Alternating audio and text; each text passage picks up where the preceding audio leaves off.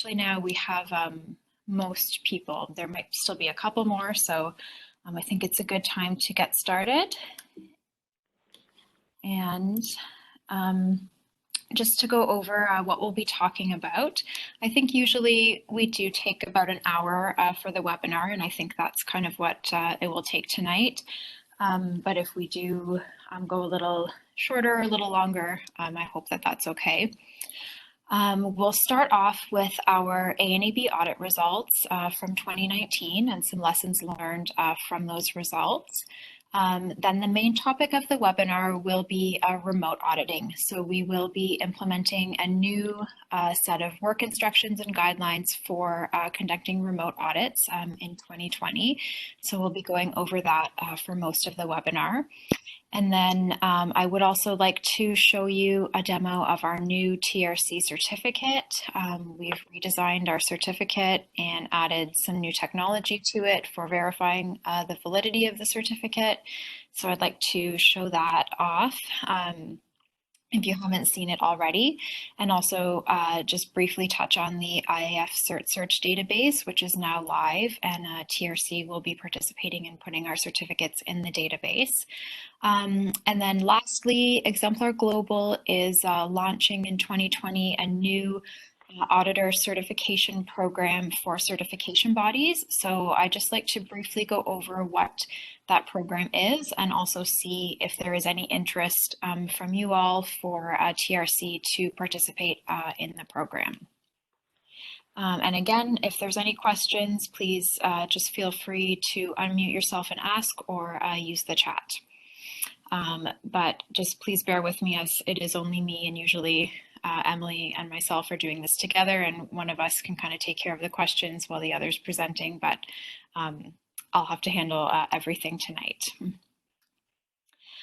So first we'll start with our ANAB audit results. So every year at TRC we need to have 4 audits witnessed, one for ISO 9001, one for ISO 14001, and 2 for the aerospace standards. So all of those audits have been completed by now, and our results were 1 major finding and 2 minor findings across all 4 audits. I did go over these in a little bit of detail at the spring webinar, so we haven't had any new NCRs from witness audits since then, but I thought I would just go over them briefly again, because I know it's often different people who can attend the webinars, and also there is just some good information there that I think it's always good to be reminded of. And we did have our office assessment completed in October, and that's when our assessor from ANAB and an OP assessor from the aerospace industry come to our office, audit all of our processes, look at a ton of client files. And out of that audit, we had 4 minor NCRs, so I will go over all of those with you. 2 of them just very briefly. They don't really affect you as the auditor too much, and then 2 of them we'll go over in a little bit more detail. So the first NCR I'll go over was regarding our process for covering the use of marks and references to certification during surveillance audits. So it was observed that our audit team did not ask any questions relative to use of marks or references to certification, and our auditor stated that they had only reviewed the organization's website prior to the audit, and they didn't have any findings in that area. However, the ANAB assessor had reviewed the organization's website and had identified a couple issues. So they had a couple references to outdated standards, and also just the way some of the information was presented on the website. It was possible to interpret it as implying that the products were certified instead of the management system of the organization itself. So just to do a review, I think this is really good information because this is something that we need to be reviewing at all types of audits. So surveillance audits, recertifications, and initial audits. at an initial audit, they don't have a certificate yet or a mark really to be using that you can audit, but oftentimes they do have maybe draft information of what they're planning to use, for marketing that might reference their certification, things like that you can be looking at. Also, they might be making reference to certification on their website already, just things that you should be looking out for even at an initial. It's possible to find some things in this area. And of course, some of this might take place before you even go on site. When you're planning, you can review their website off-site. And just a reminder for the different areas that you need to review when looking into how they're using their certificate and their logos of either TRC or ANAB. I think the website is the #1 thing to review. We do often find through our technical reviews or even just our client service managers going onto client websites for different reasons. We are often finding outdated certificates. If they were a transfer client, sometimes they have the old certificate from the old CB still on there, even though they transferred a while ago. Just old TRC certificates on there, old logos, references to the old versions of the standards. So we are seeing these things quite often, and really they should be caught during the audit each year. So I think the website is very important to be reviewing at every audit. Other things to look out for is their social media channels. We've noticed some clients are, promoting their certification that way. Their advertising materials, correspondence, and sometimes their organizational documents like their manual, their work instructions, things like that. They're using the logo, and of course how they're displaying the certificate on site at their organization. Is it the correct revision? Always important to check that out and compare it to the copy of the certificate that we've included in your audit package for you. Now onto auditing references to certification. So clients might be referring to their certification on their website, on their social media. They might be referring to it on their actual building, on vehicles, depending on what kind of organization they are, on employee badges. So there's lots of places where they might be referring to their certification. And we need to ensure that these references don't contain any misleading statements regarding the certification. So they can't imply that we're certifying a product or the service they provide or a process. We also need to make sure that how they're referring to their certification doesn't imply that the certification is applying to sites that are not part of their certificate or activities that are not part of their scope of certification. And then also just making sure that none of the ways that they're referring to being certified would, bring the CB or the whole certification, third-party certification system into disrepute.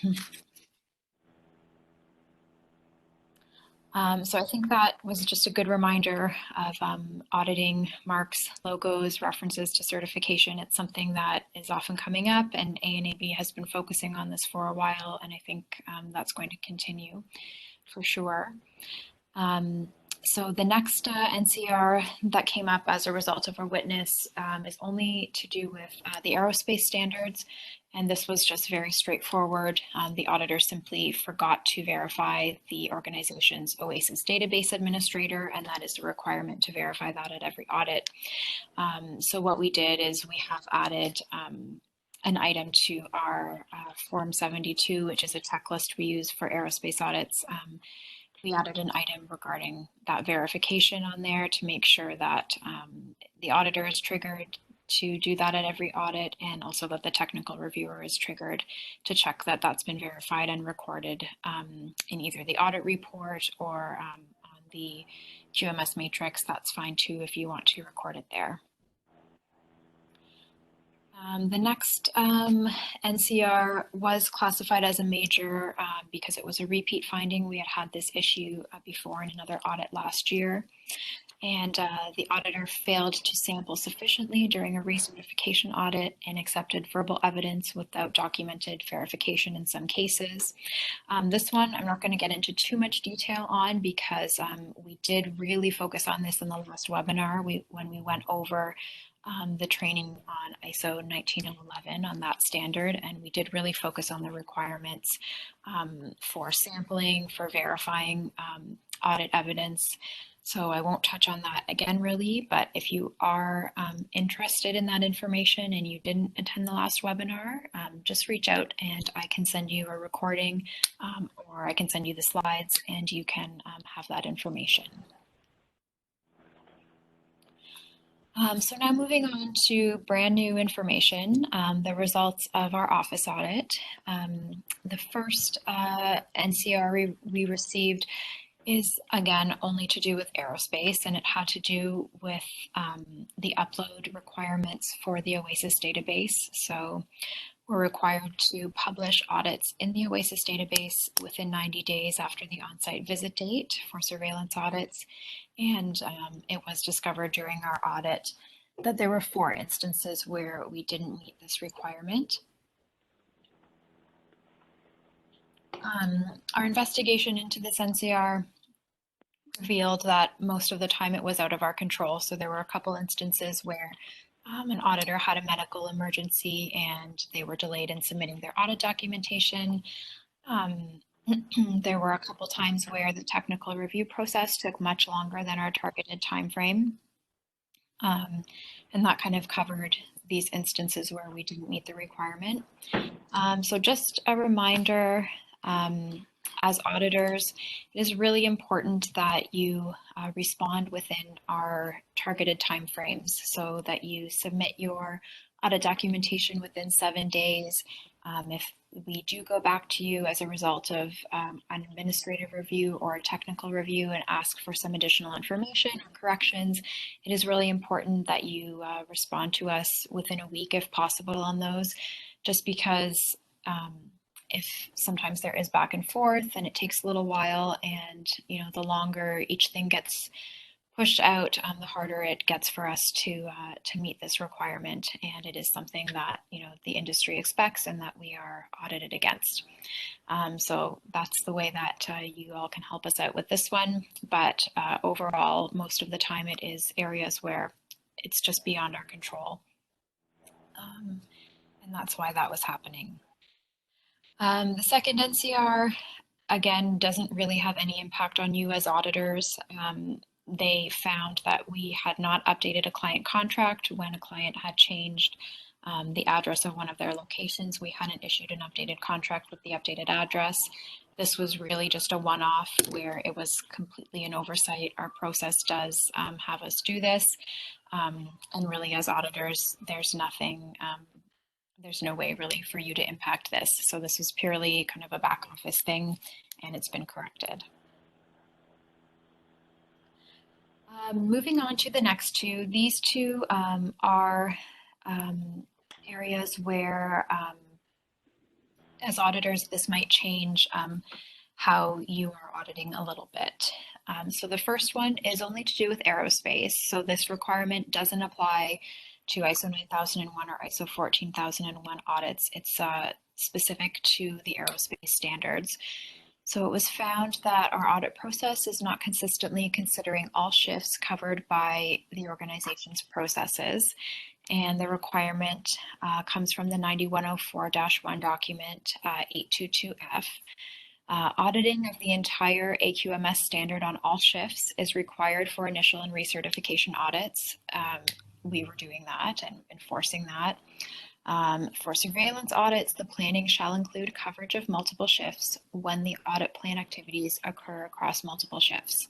So we had not interpreted this, I guess, as intended by the standard, and we had been allowing, if there were multiple shifts, as long as they were all covered over the surveillance cycle, so the 2-year cycle, we were accepting that, and that is not what the standard intends. So what they intend is that if any of the processes audited during a surveillance audit take place across multiple shifts, then your audit must include coverage of all the shifts on which that process occurs.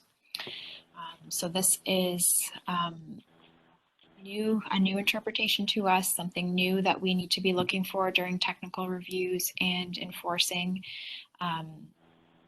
So probably with other CBs, you may already have been doing this, but for us, we had not interpreted the requirement this way. But now, if the process that you've selected to audit during a surveillance takes place across multiple shifts, and I think maybe about a third of our AS clients are operating across multiple shifts, then your audit must cover all of the shifts on which that process occurs. So we have added an item on Form 72 to remind you and to remind the tech reviewers to look for this when they're doing their reviews, and they will be focusing on this in 2020. So that's something new for us, and if you do have any questions on this, just let me know. And again, this is only for aerospace, does not apply for ISO 9001 or 14001. We have a little bit more flexibility on covering shifts with those standards. And just on to the last finding from our ANAB audits this year. This finding was due to an initial audit of a client, and the assessor found the TRC audit process is not consistently gathering sufficient evidence to support the organization's scope of operations. And then we have the requirement here that prior to making a decision, we shall have a process to conduct an effective review, that the information provided by the audit team is sufficient with respect to the certification requirements and the scope for certification. So this case was an initial audit, but this would also apply to audits that include an expansion of scope. As auditors, we really need to ensure that the audit report includes sufficient objective evidence to demonstrate that all activities in the proposed scope were audited. So the audit in question in this finding, the client's proposed scope was, I think, sales, distribution, design, and manufacture of, I think it was some type of printed materials. Unfortunately, I'm not able to see my notes on the PowerPoint when I do the sharing the screen, which I didn't know ahead of time. So I don't have the exact scope, but going back, the audit report didn't contain sufficient evidence to show that sales or distribution were audited. So ultimately, it was really an issue with our cert decision making process that we should have caught that. But we do want to really drive home that in order for us to issue a certification to a client with that proposed scope, there really needs to be a lot of evidence in the report that all of those activities were audited. There's sufficient depth of evidence to support that. Otherwise, without that evidence, we won't be able to issue them a certificate with that scope, and we'll have to limit the scope until we can make sure that those processes were audited. So again, this is applying mainly to initial audits or audits where the client is expanding their scope. And if it is an audit where they're changing the scope, please ensure also that the appropriate block on the audit report is marked, that the scope must be changed, and also give a reason and a detailing for the changes to the scope.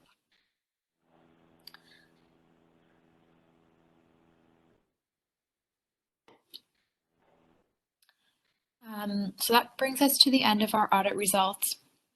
Just one more quick item that I wanted to mention is our application for accreditation to ISO 45001 with ANAB is complete. It's been reviewed and accepted. Now we're on to the next step in the process, where we need to have our first ISO 45001 audit witnessed, and that will kind of complete our accreditation with ANAB. So we're working right now on trying to schedule an audit to be witnessed. So if you do know of any potential clients interested in this standard or current TRC clients who you currently audit who have mentioned they would like to become certified or they're interested in this standard, please let me know. It would be really helpful. It's always difficult to get this first audit scheduled and witnessed so that we can complete the accreditation to a new standard. So if you do have anyone interested, I would really appreciate it if you let me know.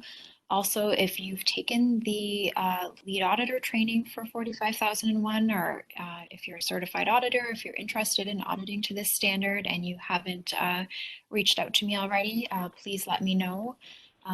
We are hoping to really see some growth in the standard and with this new program in the next few years. So we are definitely looking for more auditors qualified to the standard. So I would appreciate anything you can send our way on 45001. So before we move on to the next topic, I just wanted to check, are there any questions, any discussions, any thoughts from the first few items?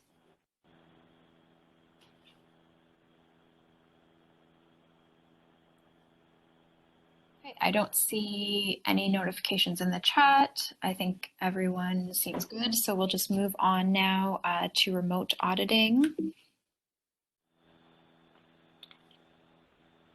So we have created a work instruction for use of information and communication technology in audits and remote assessment techniques. It will be released January 1st, and we'll be ready to use and implement for audits happening in 2020. That being said, it's not finalized yet, so if you do have any feedback, any questions, if you need clarification on any of the information I present on this, just let me know, because I do have time to make changes. We used a few documents for reference to put together our requirements. We also did a couple trials of remote assessments over the past year, and we kind of used the lessons we learned from those and feedback from those to feed into our requirements. But any feedback is appreciated. It is a new kind of area for us, but I think one that we are seeing a lot of inquiries on from clients, from you as auditors. So I think this is an area where we're going to see a lot of growth and change in the next few years. So the documents that we referenced were the IAF MD4 document. That's the mandatory document for use of information and communication technology for auditing. And you can download that at the link provided there. The IAF also has an informative document, ID 12, on principles of remote assessment. It's a little bit older, but there is still good information in there. And I have the link there if you would like to download that as well. And then we also kind of refer to the ANAB accreditation rule that they've published on remote assessments. So to start off, just a couple definitions. So first, remote assessment. This is the facilitation of assessment of a client organization from a location other than the physical location of the client. So I think the two kind of most common scenarios that you'll see are either you will be completely remote from the client, so you'll be at your home office or maybe at the TRC office, and you'll be auditing a client.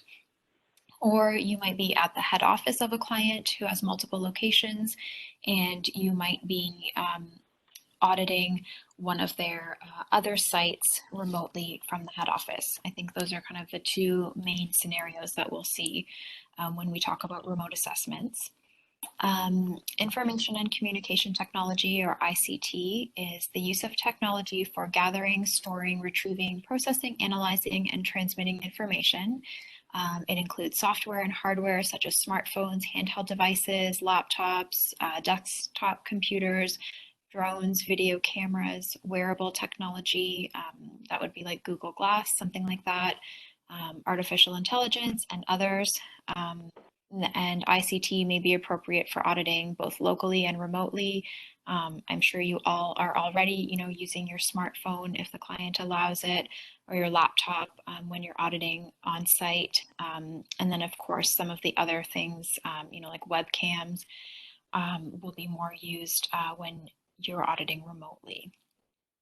And lastly, a virtual site is a virtual location where a client organization performs work or provides a service using an online environment, allowing persons, irrespective of physical locations, to execute processes. So this is something where we've seen a lot of questions and inquiries from potential clients who are virtual organizations wanting to get certified. I think over the past year or two, we've really seen a lot of interest in this. So obviously a virtual site, we need to audit remotely. So this work instruction will help with that as well.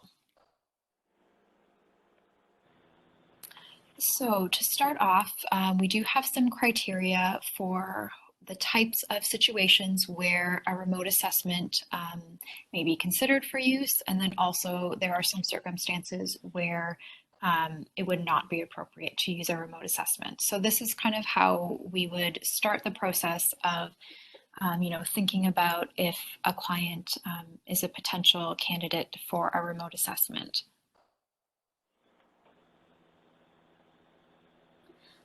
So some of the circumstances include where travel to a client or a specific client location is not reasonable. So there might be safety reasons that it's not feasible to go there, travel restrictions, anything like that. We could start thinking about, well, would they be eligible for a remote assessment, since it's going to be really difficult for us to travel there and do the audit in person. Also, if there's a situation where there's unavoidable changes in scheduling for the auditor or the client, so there's, personal issues, illness, there's a natural disaster, there's things getting in the way of getting the on-site audit completed. In that type of situation, we could then look at, well, maybe can we do a remote assessment? Do they meet the other eligibility criteria for a remote assessment?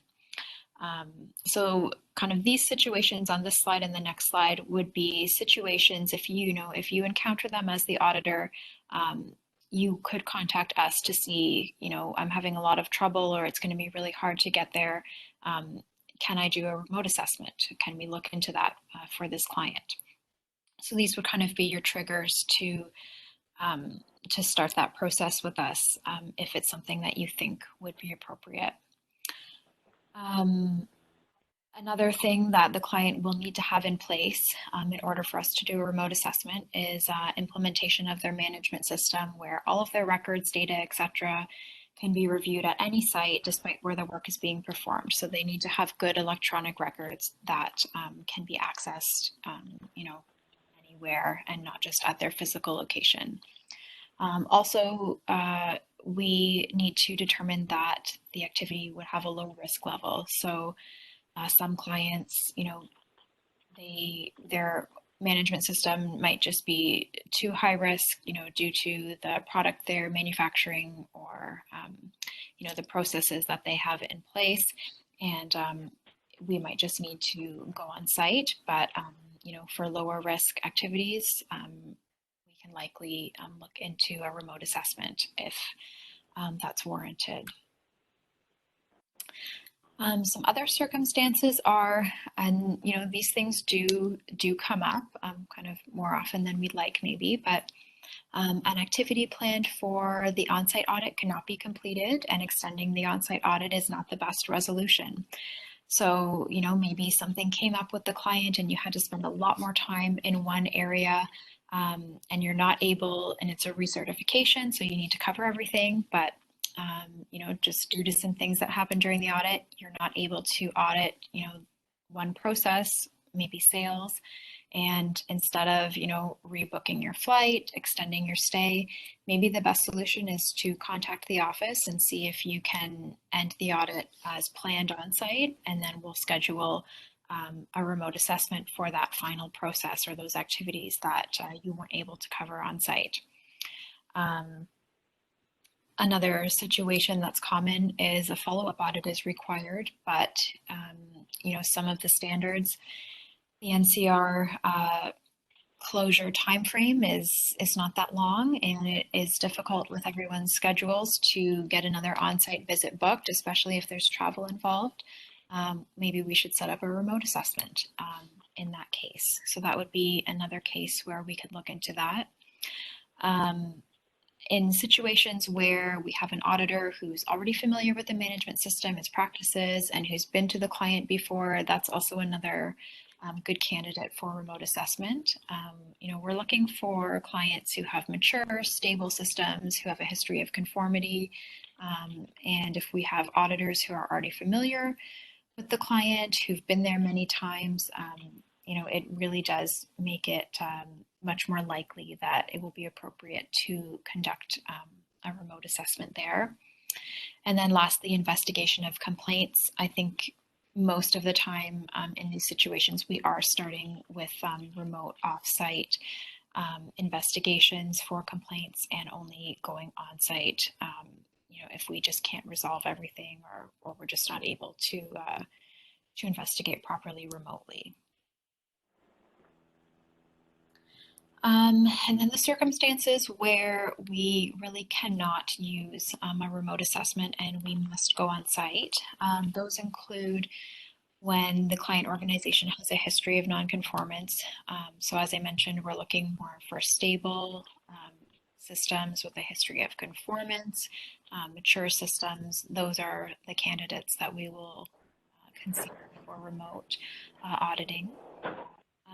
If it's an initial audit activity of a new client organization or a new facility or a new scope, or they've had a significant change in their management system, any of those situations, we will need to go on site. So a remote assessment would not be a possibility in those cases. Also, if no on-site audit has taken place for an extended period of time, so maybe it is a very mature, stable client and we've done a few assessments remotely, we will want to make sure then that we go back on site and that we don't have too long of a period where we aren't physically there during the audits. And then, of course, if the objectives of the audit could not be achieved via a remote assessment, then it would not be appropriate to do so. And, this might include if you are conducting a remote assessment and you're just finding, the client didn't have the infrastructure that they said they did, or things are just not working and you need to be on site, then of course we would just terminate the remote audit and book a time for you to go on site. That's always a possibility. And then prior to us confirming that a remote assessment can take place and that we can use information and communication technology to conduct the audit, this would be mutually agreed upon by TRC and the client organization. So we would have a written agreement from the client that they're agreeing to this. We would sign off on that, and part of our sign off would be a discussion with you as the auditor that you agreed to it as well. So none of this will, be a surprise to the client or to you as the auditor. We will be working together in these situations and make sure that everyone is in agreement on how the assessment will be conducted. And we kind of go into more detail on this and on the planning in the next few slides. Getting into our eligibility requirements. So if we've used the criteria that we just went through in the previous slides and determined that a client seems to be like a good candidate for a remote assessment, we have a good reason to do a remote audit, then we have some more detailed eligibility requirements that they need to meet in order for us to move forward with a remote audit. So as I mentioned, they need to maintain readily accessible electronic documented information. So all of their information needs to be available electronically so that you can access it remotely off-site, quickly, easily, They can't be relying on hard copies or things that are only accessible from their physical location. Again, they need to have demonstrated conformity through their ongoing audits with TRC. So a client who, has issues year after year, or, has recently had a major NCR, they would not be eligible for a remote assessment. They also need to have virtual meeting capabilities, including audio and video. We do really encourage the use of video in these types of assessments. And they need to have aptitude and resources to show that they can are competent to use whatever meeting platform is selected. And this could be, the client's platform. It could be TRC operating the WebEx for the meeting. There could be a number of different scenarios. And then we also have to show that as the audit team, we can competently support the remote assessment, so that we can navigate whatever meeting platform is chosen, that all of the personnel expected to participate in the audit are competent to participate using the online platform. We need to make sure that all of that is in place. And also, we need to ensure that our client can maintain confidentiality and impartiality during the remote assessment. So again, if there is information that they can't share away from their physical location, we wouldn't be able to do a remote assessment, because we do need to ensure that we can see everything that we would be able to see if we were on site doing the audit.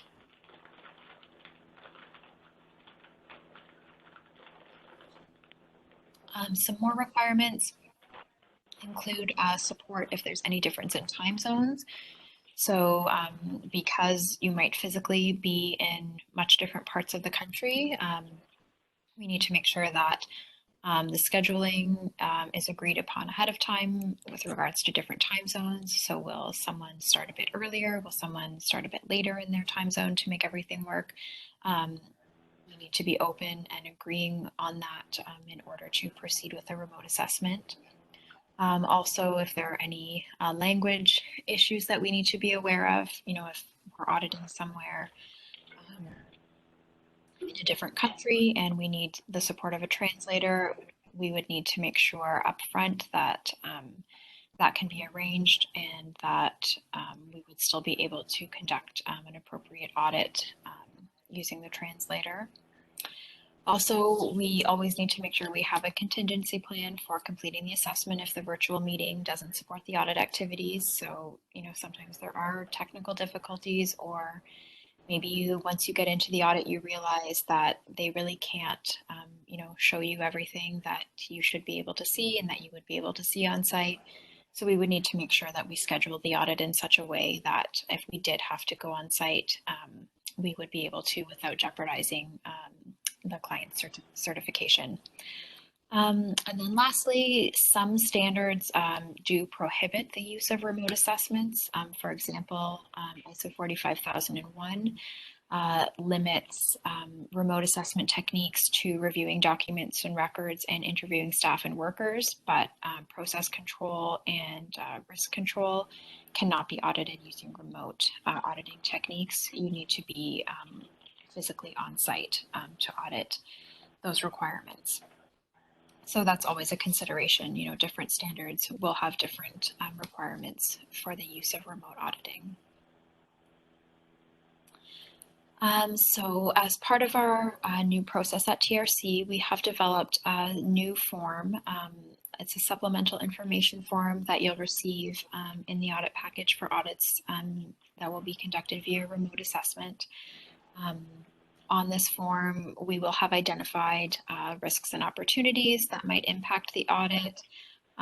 We'll have identified what audit platform and technologies will be used, and there will also be a sign-off on there for the organization and you as the auditor to acknowledge that you have the necessary infrastructure and competence to support the use of the proposed technologies for the remote audit. So not really any more work for you, nothing really for you to fill out. It will just be information that you'll need to review before the remote assessment, and then just an acknowledgement for you to sign as well.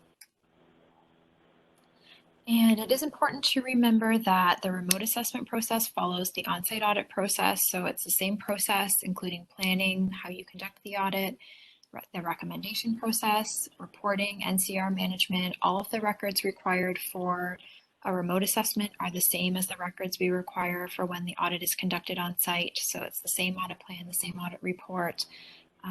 No differences really. You know, like I said, you should be able to conduct an audit of the same information remotely as you would be on site, you know, if we've chosen the client correctly and they meet our criteria. So we will ask that you record the information a little differently, but I'll go through that in the next few slides. But really, the audit process and the audit records are the same as if it was an on-site audit. In the planning and the scheduling process, the client organization will need to provide some information to us up front. They need to designate an individual who will facilitate, manage, and coordinate the arrangements of the audit on behalf of their organization. So someone needs to be in charge there of making sure that they're competent to operate the technology and to get the information to you that you need during the audit. They'll need to provide to us applicable files, projects, reports, etc. Also, maybe their procedures and documents for processes that you're assessing. All of that information they need to provide to us so that you can use it during the audit, and maybe provide it ahead of time so that you can review during your audit planning. And then the technology planning that we will undertake will include determining the platform for hosting the audit. So we'll have to agree upon that between TRC, and that includes you as the auditor and the client organization. So as I mentioned, there are a few options for this. Either TRC can set this up, and we are open to hosting the remote audit at our office if it's convenient for you to come to our office to do the audit, and we can support you here with any of the IT issues, or you can do it at your home office. We might need to use the client's meeting platform if that's what they prefer. So there's a few scenarios that can happen. The client will need to grant you as the auditor security and maybe profile access if we're using their platform. We do highly recommend that a test be conducted before the audit between yourself and the client organization, just to make sure that platform works on everyone's computers, that video, audio, everything is working, and everyone's familiar with how to operate the meeting platform, just to ensure that the audit, when it's conducted, is as efficient and effective as possible. And again, we do encourage the use of webcams or other cameras, etc., when you know, it is important that you physically evaluate an event or something that the client is undertaking. And then some scheduling issues that we'll be looking at is, like I said before, time zone acknowledgement and management to make sure that timing of the audit is reasonable and agreeable to all parties. As I said, a trial meeting using the same media platforms agreed upon. We highly encourage that this be conducted to ensure that the audit can be performed smoothly as planned, and then also any security measures that are needed to protect confidential information, since you will be obviously not at the same physical location as the client. I think we have talked about this, but of course, if at any time during the remote assessment, if you determine that the audit objectives cannot be met, we will just terminate the remote assessment and schedule a time for you to go on site. So if you feel the client is not cooperating, or it seems as if they're hiding things, or just the technology is not working, we can always terminate, and then decide to go on site. Now getting into actually conducting audits using remote assessments. As I mentioned, we're following the same audit process and using the same audit records as an on-site audit, but there are a few things that we need to make sure are very clear in the audit documentation. So the audit plan needs to identify how remote communication technologies will be used and the extent to which they'll be used for audit purposes. So is it only, one remote site that you're auditing remotely from the headquarters, or is the whole audit being conducted as a remote assessment? That needs to be very clear on the audit plan.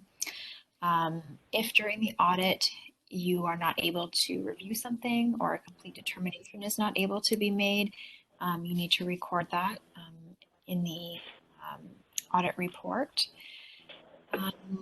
Again, we just suggest that the audit is facilitated in a quiet environment wherever possible on both ends, just to avoid interference, background noise, distractions, anything of that sort.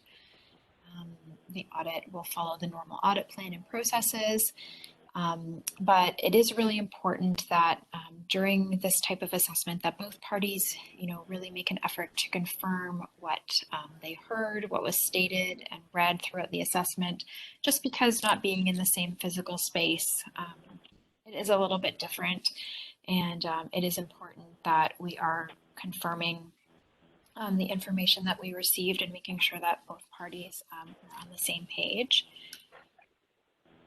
All remote assessments should be concluded with a summary, review of the day's events, issues of concern, clarification of issues, NCR's expectations. That's the same, as an on-site audit.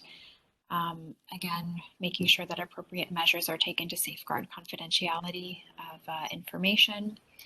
And then on the audit report, we do ask that you indicate the extent to which these communication technologies have been used in carrying out the audit, how effective they were in achieving the audit objectives.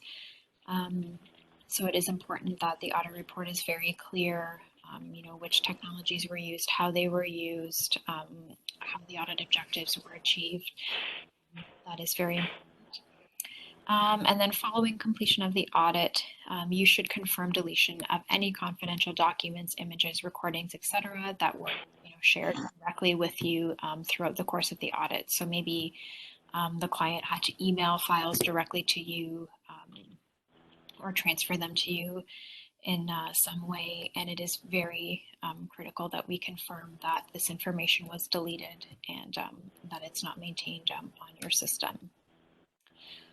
So that covers our new remote auditing process and requirements. Any feedback or questions, clarifications that you'd like? If you have been conducting remote assessments for other CBs, I would appreciate any feedback that you have. You can just share with me directly after the webinar if you'd like. Otherwise, you'll receive a copy of the new work instruction at the beginning of the new year. So I just have a couple. Oh, great. I do see a question in the chat. So who will be driving transition to remote assessments? So this would be something that either the client might request or you as the auditor might suggest. So based on the criteria that were in the first few slides, this would be really a case-by-case basis.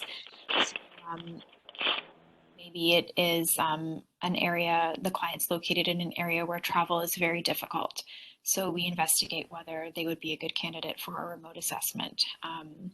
Or the client is having some issues with some of their staff, or there's perhaps a fire at their location, a natural disaster or something there that's getting in the way of them being able to confirm an on-site audit. Maybe they request, can we do the assessment remotely, and we look into if they meet the other requirements to have their assessment done that way. So really, it will just be a case-by-case basis. Like I said, we have had a few cases of this over kind of the past year, and we've done a few trials. And really those were just case by case basis. Okay, so I do see another, I hope, Adam, I hope that answered your question. If not, just feel free to write any follow-up questions, but really it will just be driven by client or auditor, kind of depending on each situation individually. So the next question we have here is regarding shift coverage for ISO 9, 14, and 45. What is TRC's policy? All shifts at every audit. So know that all shifts at every audit is not our policy. Basically, if you can provide a good justification as to why all shifts don't need to be visited, we are generally open to that. So a good justification would be identical activities are being conducted on both shifts. So you'll audit one shift at surveillance 1 and the other shift at surveillance 2, but you don't need to audit them both at every audit. That would be acceptable to us. Again, this is for aerospace. This is just for 9, 14, 45. And then we do have at the bottom of our audit plan template, there is a spot for you to put the justification. So if the client has multiple shifts and you are not auditing all of the shifts at every audit, there needs to be a justification in there. And then the follow-up question here is remote location auditing is determined by the office or by the auditor. All must be pre-approved or judgment call at time of audit, field sales offices. So the TRC, we will approve remote auditing. So I would say that the potential for remote assessment or the request for remote assessment can be brought forward by either the client or you as the auditor, I was saying, or maybe us as the office determine that the best option is a remote audit, but we will be required to approve that and have a sign off by the client that they agree to that. So all must be pre-approved or time of judgment or judgment call at time of audit. So typically this would be approved prior to the audit, so you would know that it would be remote before going on site. But I think that kind of this question is specifically referring to like a field sales office. So if you're on site at headquarters and they have maybe a small office that's just doing sales or just doing one particular function, do you need to physically go on site to that location? If something like that is discovered at the time of the audit and hasn't been pre-approved, but you think that it's a good candidate for a remote audit, just call into the office and we'll talk it through. And then in cases like that, we would just need to show very clearly on the audit plan and in the report what functions or what locations were audited remotely and not physically. So I hope that answered your questions, Reed.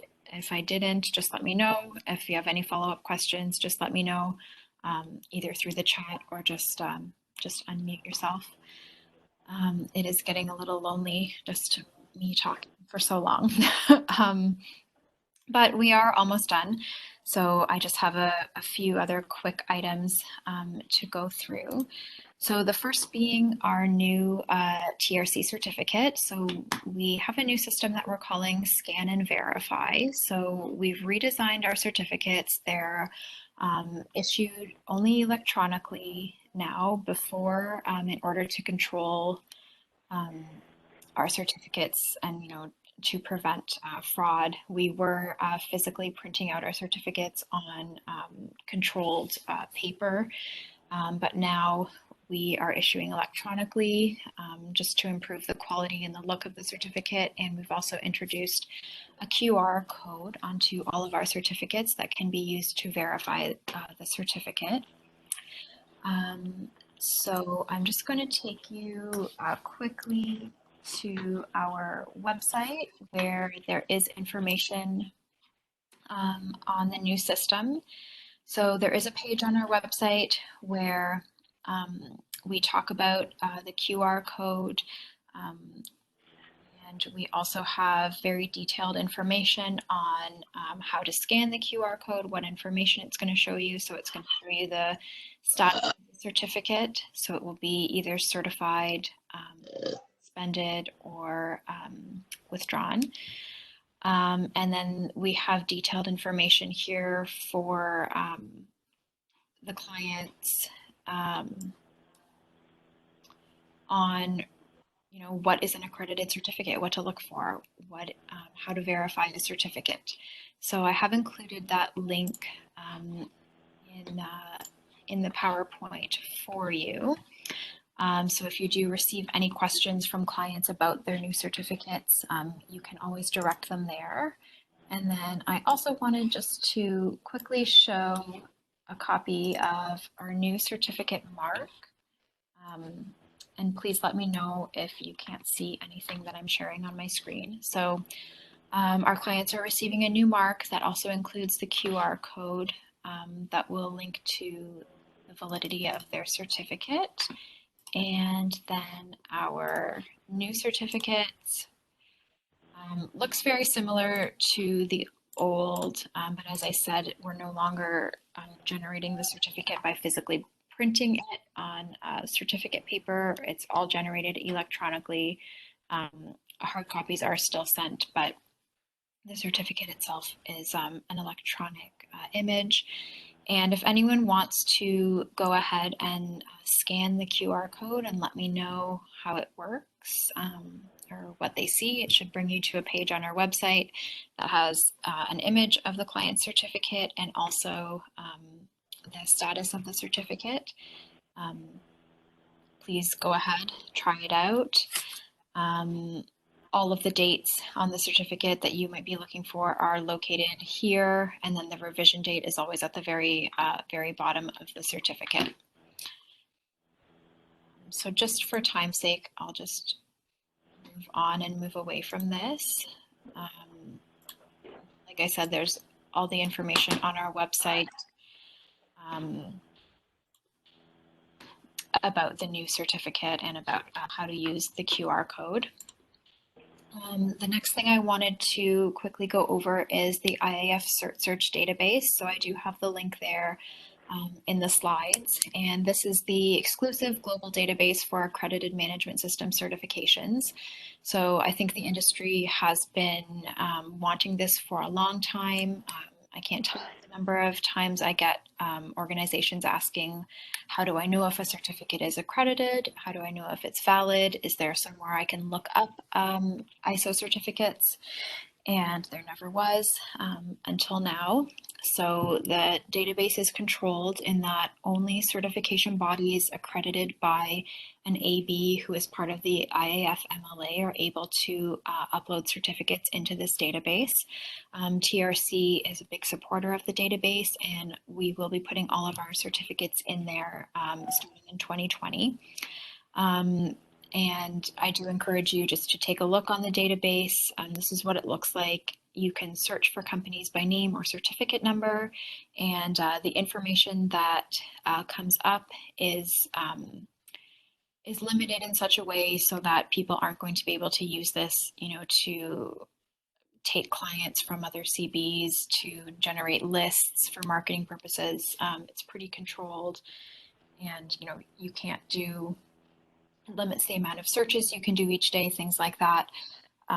So really, you know, we've needed this for a long time. At TRC, we're really happy to support this, and all of our certificates will be going in starting in 2020.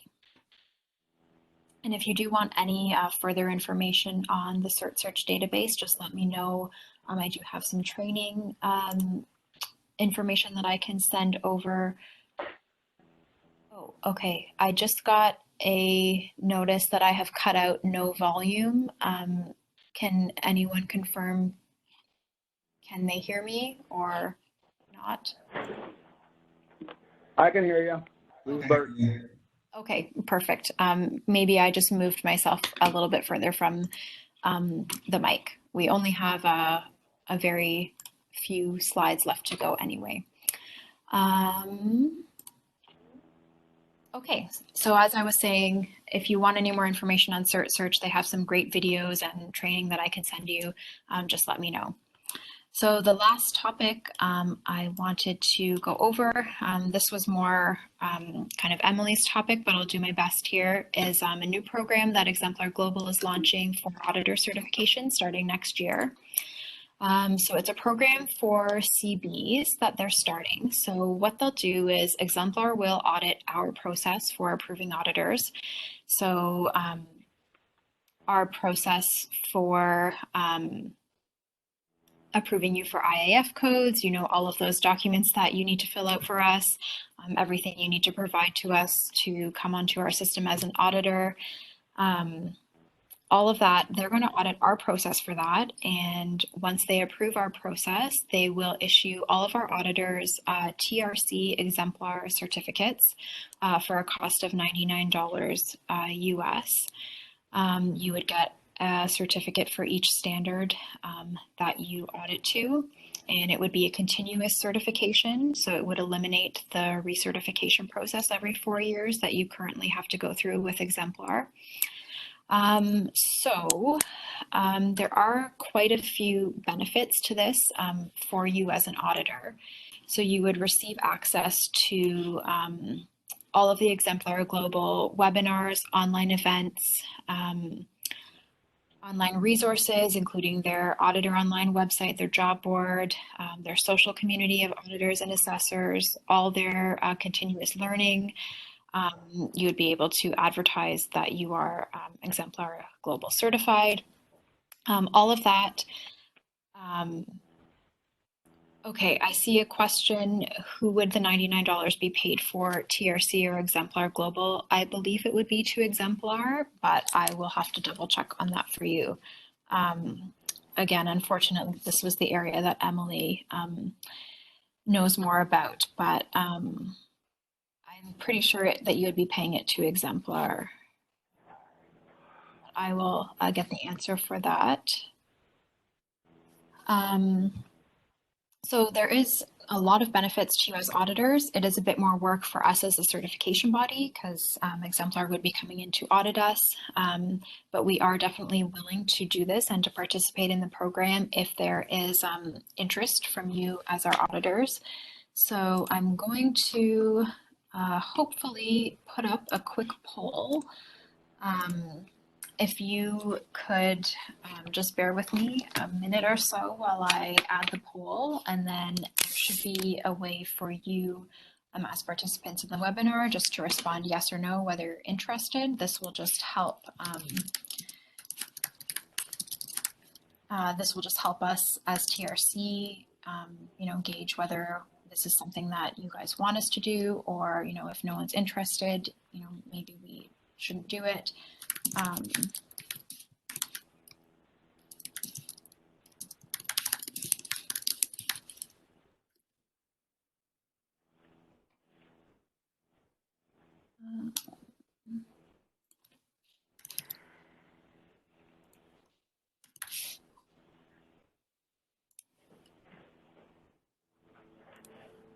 Okay, so I've opened up the poll.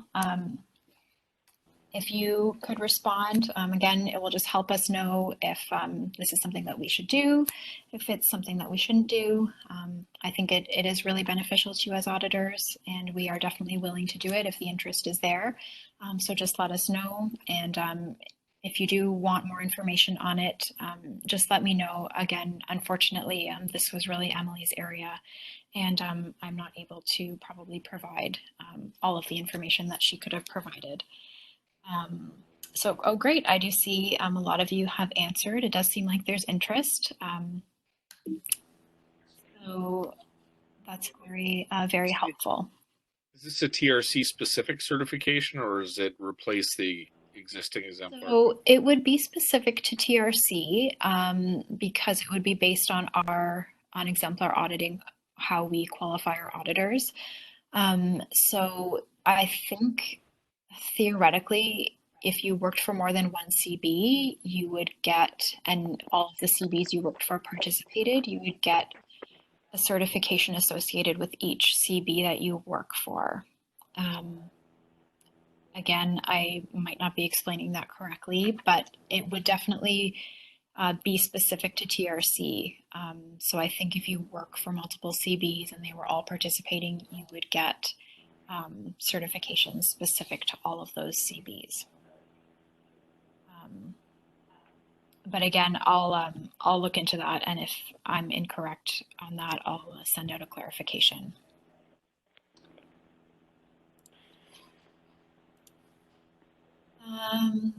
Okay, and then I have, oh, sorry, I have another few questions here. So someone has asked, is this starting in 2020? And yes, I believe Exemplar is rolling out this program next year. And then I do have Rob asking if this would be for 9100, 9110, 9120.